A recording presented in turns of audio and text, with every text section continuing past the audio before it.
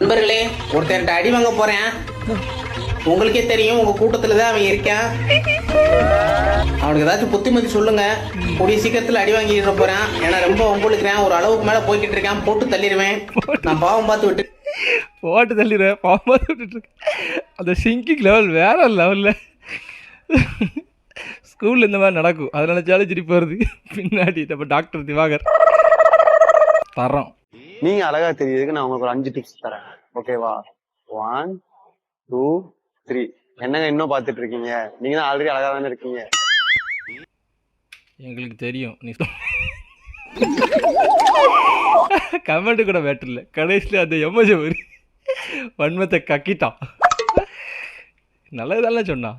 எவ்வளோ அவனையும் திட்டுறீங்க. ஒருத்தனை பிடிக்காம போயிட்டுனா என்ன பண்ணாலும் திட்டுறது அதுதானே. எனக்கு அவனை பிடிக்காது. பேஜில் போமா.